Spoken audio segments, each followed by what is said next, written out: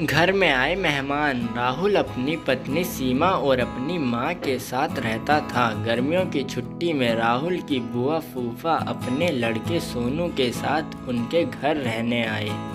घर आते ही फूफा जी राहुल से बोले कि यहाँ तो बहुत गर्मी है, घर में कोई एसी नहीं है क्या? राहुल की माँ ने बोला, भाई साहब अभी कुछ दिन पहले ही राहुल ने अपने कमरे में एसी लगवाया है। यह सुनते ही फूफा जी अपने बेटे से बोले कि सारा सामान राहुल के कमरे में ले गए। राहुल और उसकी पत्नी सीमा चुप रहे क्योंकि उन्होंने सोचा कि कुछ दिनों की ही तो बात है। इस तरह बुआ फूफा जी को राहुल के घर रहते 1 महीने हो गए। राहुल ने अपनी माँ से पूछा कि बुआ जी कब जाने वाली हैं? हम कब तक ऐसे ही हाल में सोकर अपना गुजारा करेंगे? राहुल की माँ बोली, बेटा रिश्तेदारी का मामला है, हम कुछ कह भी तो नहीं सकते। राहुल की पत्नी सीमा बोली, वह सब तो ठीक है, लेकिन उनके छोटे लड़के सोनू सारा दिन घर में उधम करता रहता है। कल तो उसने हमारा नया सोफ़ा बुरी तरह से फाड़ डाला। राहुल इस बात पर बहुत गुस्सा हुआ कि नया सोफ़ा फाड़ दिया। वह अपनी पत्नी से बोला, तुम सोनू को ऐसे करने से रोकती क्यों नहीं? सीमा बोली, जब से बुआ फूफा जी आए हैं कुछ कुछ खाने की डिमांड करते हैं, जिससे मेरा और माँ जी का सारा दिन तो रसोई में ही बीत जाता है। राहुल ने कहा कि मैं अभी जाकर फूफा जी से पूछता हूँ कि वह आखिर कब जाएंगे। राहुल ने बातों बातों में फूफा जी से कहा, 1 महीना हो गया है, आपके जॉब की छुट्टियाँ तो ख़त्म हो गई होंगी ना?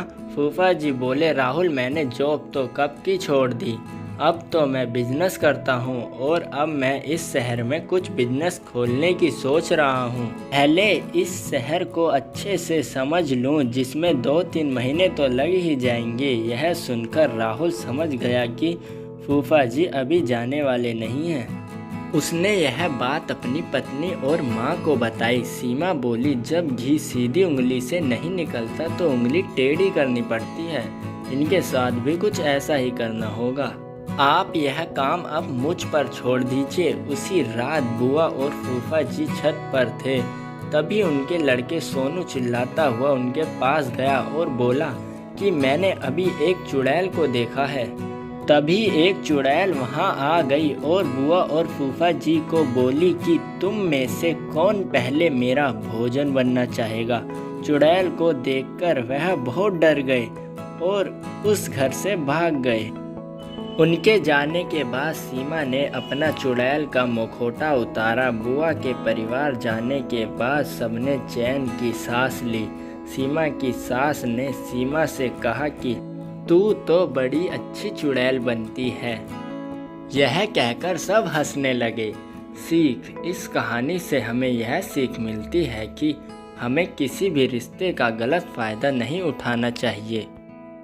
अगर आपको हमारा वीडियो अच्छा लगा हो तो वीडियो को लाइक करें, वीडियो शेयर करें, कमेंट करना ना भूलें और हमारे चैनल को सब्सक्राइब करें।